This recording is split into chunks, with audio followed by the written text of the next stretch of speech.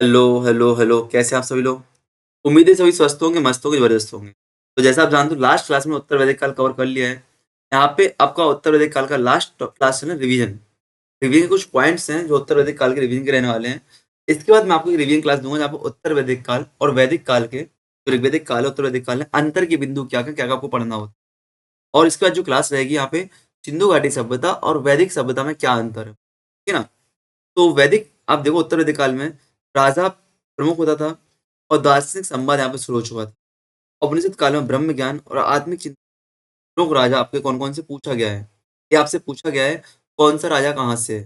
काल में क्या ब्रह्म ज्ञान और आत्मिक चिंतन प्रमुख राजा। तो आपकी बात करें राजा जनक कहाँ से थे? राजा जनक विदेह क्षेत्र से विदेह क्षेत्र से, ना विदेह का राजा जनक था उत्तर वैदिक काल में। अश्वपति राजा केकई, केकई के राजा थे कौन? अश्वपति। अजातशत्रु काशी का राजा था और प्रवाहन जवाली राजा पंचाल का था। कहाँ था? पांचाल नरेश्वर प्रवाहन जवाली। मैं बोलूँ इन चारों के नाम आपको याद कर लेना है, तो चारों नाम पेपर में पूछे गए 1-2 बार। राजा जनक कहाँ के थे? विदेह के थे। माँ सीता के पिता मान लो आप इनको। अश्वपति केकई के राजा थे। अजातशत्रु काशी के राजा थे। प्रवाहन जवाली आपके पांचाल नरेश थे, पांचाल नरेश, ठीक है ना? सैन्य संगठन की बात करें तो ऐत्रेय ब्राह्मण के अनुसार कुरु नरेश 64 तैयार योद्धाओं से घिरा रहता था, उसके पुत्र और पौत्र थे। ऐत्रेय ब्राह्मण बताता है कि भैया सैन्य संगठन कैसा था कि राजा हमेशा सेना से घिरा रहता था सुरक्षा के दृष्टिकोण से। और वहीं शतपथ ब्राह्मण लिखता है कि पांचाल नरेश सूत्र सत्राहन अश्वमेध यज्ञ के समय 6372 युद्ध तैयार किए थे। तो अश्वमेध यज्ञ की व्याख्या सैन्य संगठन राज्य विस्तार आपको देख कैसे थे यहाँ पे सेना आपको दिख रही है, ठीक है ना? शतपथ ब्राह्मण आपको दिख रहा है। शतपथ ब्राह्मण बोलते हैं कापिल नगरी मतलब जो कि पांचाल की राजधानी थी उसमें उल्लेख मिलता है। तो आपसे पूछे पांचाल नगरी का उल्लेख कहाँ मिलता है? काम्पिल किसकी राजधानी थी? काम्पिल का उल्लेख कहाँ पे? शतपथ ब्राह्मण में मिलता है। ये सेंटेंस आपसे पेपर में आया हुआ है, ठीक है ना? सेट के एग्जाम। प्राकृतिक आपदा प्लेग की जानकारी मिलती है। सातपथ ब्राह्मण में उल्लेख मिलता है कि वैवत्स मनु ने एक भयंकर जल प्लावन हुआ था। वैवत्स मनु के समय क्या हुआ था? वैवत्स जो मनु थे उनके समय क्या हुआ था? भयंकर जल प्लावन बाढ़ आई थी। क्या आई थी? बाढ़। तो प्राकृतिक आपदा का भी उल्लेख इसमें मिलता है।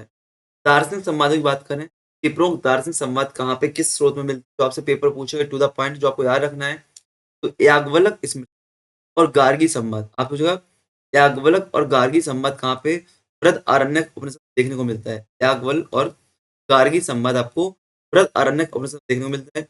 यम नचिकेता संवाद कठोपनिषद में देखने को मिलता है।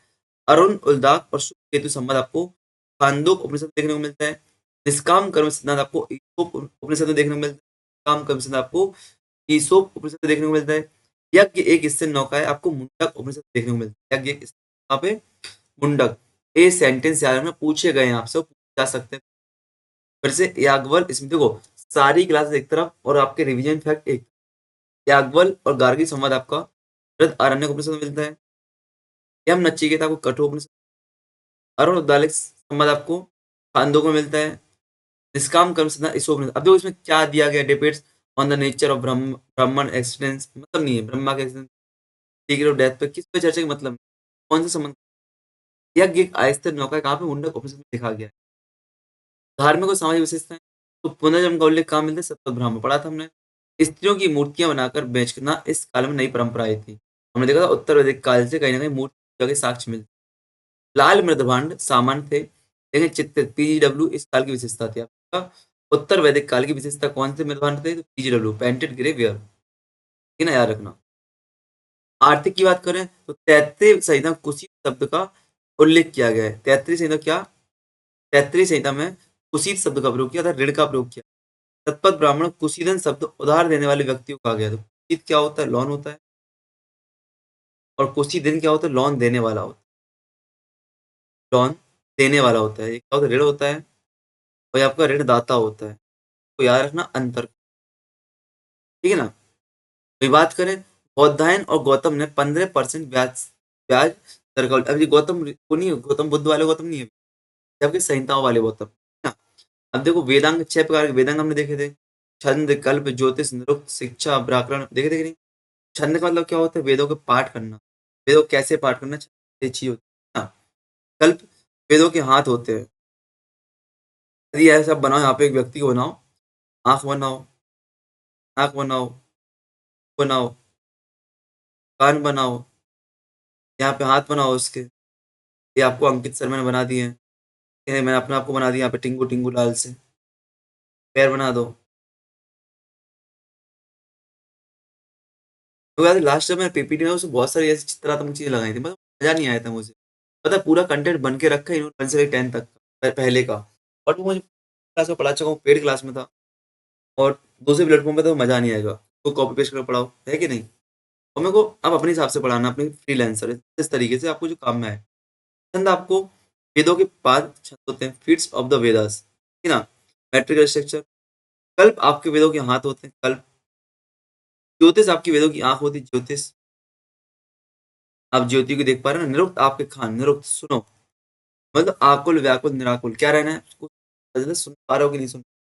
शिक्षा, न नसिका, नाक से सूंघो, नसिका, शिक्षा आपकी होगी। व्याकरण वेदों का मुख, क्या आप बोल पा रहे हो? उच्चारण कैसे कर पा रहे हो? प्रोनाउंस आप कैसे, है ना? ठीक है ना? तो उच्चारण आपका, लैंग्वेज, ग्रामर। तो यार वो फिर से छंद मतलब वेदों के पैर, कल्प वेदों के हाथ, ज्योतिष वेदों की आँख, निरुक्त वेदों के कान, शिक्षा वेदों की नसिका और व्याकरण वेदों का मुख। ठीक है?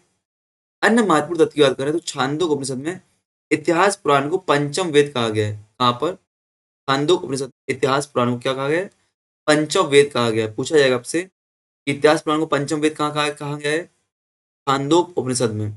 और वृहद आरण्यक उपनिषद में आत्मा और ब्रह्म के एकत्व का वर्णन किया गया है। वृहद आरण्यक उपनिषद का आत्मा और ब्रह्म के एकत्व की बात की गई।